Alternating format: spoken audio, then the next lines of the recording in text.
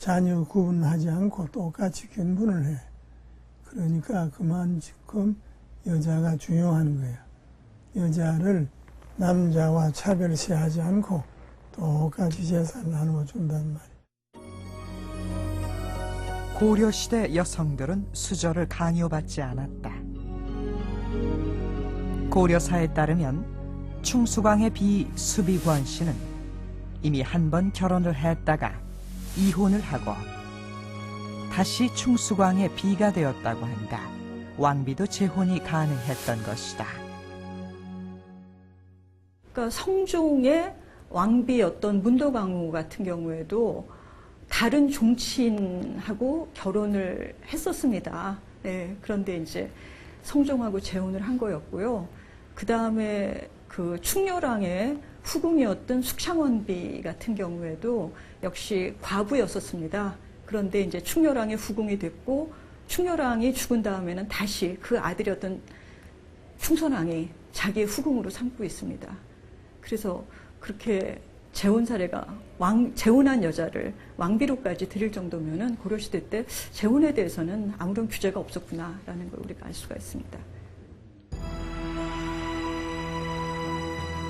조선시대와는 달리 여성의 지위가 보장되고 여성의 성이 억압당하지 않았던 고려시대. 그러나 천추태후만은 끝내 불륜한 왕후로 기록되고 있다.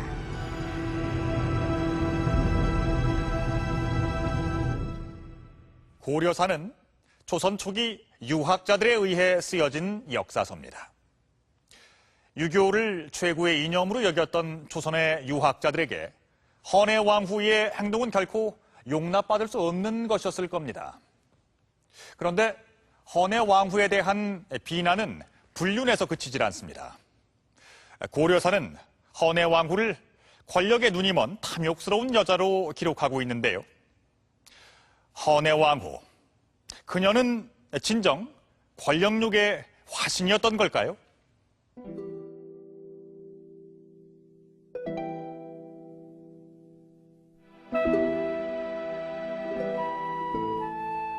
잊혀진 존재가 되는 듯하던 천추태후에게 재기의 기회가 찾아왔다.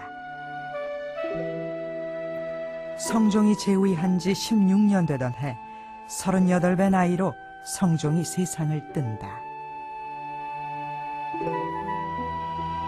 아들을 낳지 못하고 죽은 성종의 뒤를 이어 왕위에 오른 이는 목종.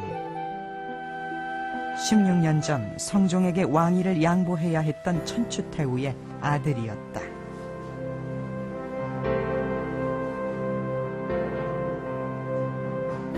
즉위할 당시 목종은 18살. 그러나 목종의 어머니 천추태후는 아들을 대신해 섭정을 시작한다. 목종은 즉위하자마자 어머니에게 응천계성정덕 왕태후라는 웅대한 칭호를 올렸다.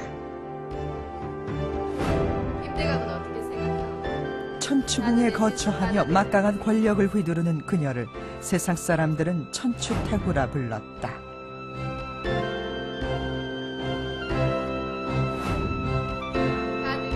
권력의 중심으로 화려하게 부활한 천추태후.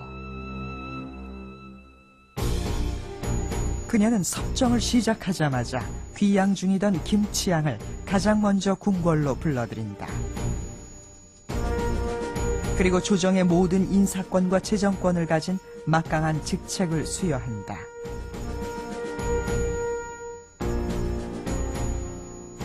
목종이 즉위할 당시의 정치 세력의 분포는 경주계가 퇴조를 하고 금기계가 약진했던 시대였습니다. 그런 속에서 목종이 평화롭게 왕위 계승을 이어받았고 그 금기계가 약진하는 가운데서 경기계의 일원이었던 황주 황보씨가 정치 야심을 가지고서 정치 일선에 나서게 된 것이죠.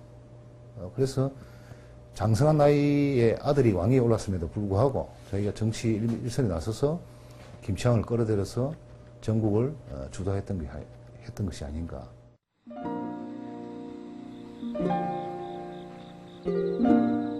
천추태후와 김치양의 권세는 화려했다.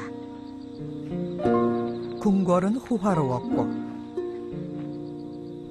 조정의 모든 권한은 그들의 손에 있었다. 김치양이 휘두르는 권력은 목종도 어찌할 수 없을 정도였다.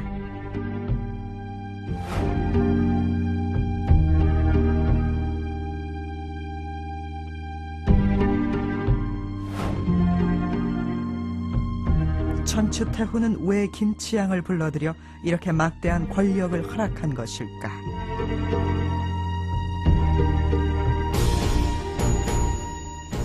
고려사에 따르면 김치양은 황해도 동주 출신이다. 동주는 황주와 더불어 예성강 이북 지역에 속한 곳으로 이 일대는 이른바 폐서지역으로 불린다.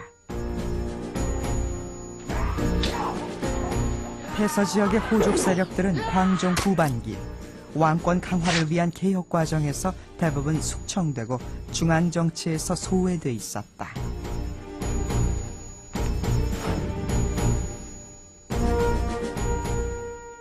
천추태후는 자신의 근거지였던 황주를 비롯한 해서지역 출신들을 모아 정치적 기반을 확보하고자 했다. 해서지역의 일원이었던 김치양은 곧 천추태후가 선택한 정치적 동반자였다.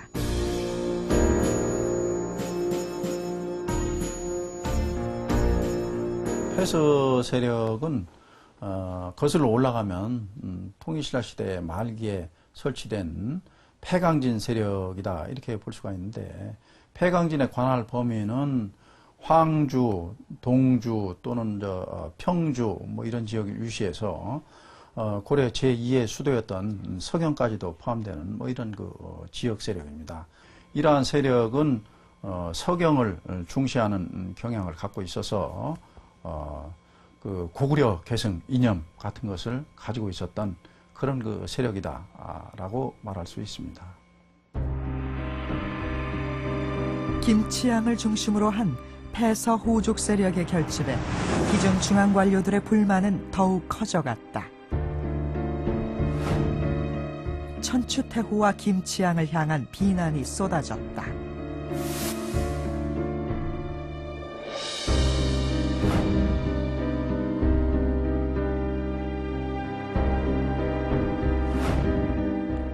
천추태후와 적대적 관계에 있었던 이들, 충신과 의로운 사람들은 어떤 세력을 뜻하는 것일까?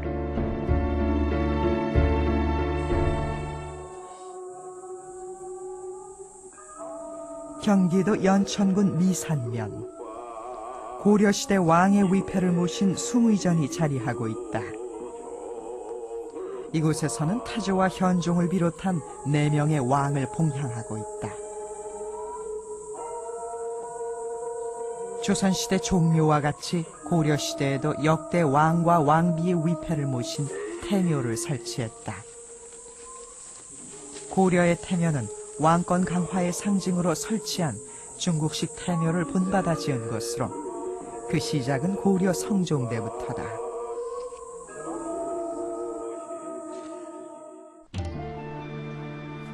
고려 6대 왕 성종. 그는 유교를 국가의 통치 이념으로 삼아 유교식 정치 체제로 나라를 개혁하고자 했다. 그 중심에는 유학자들이 있었다. 이들은 송나라의 선진 문물과 새로운 정치 체제를 받아들여 강력한 중앙집권 체제를 갖추고자 했다.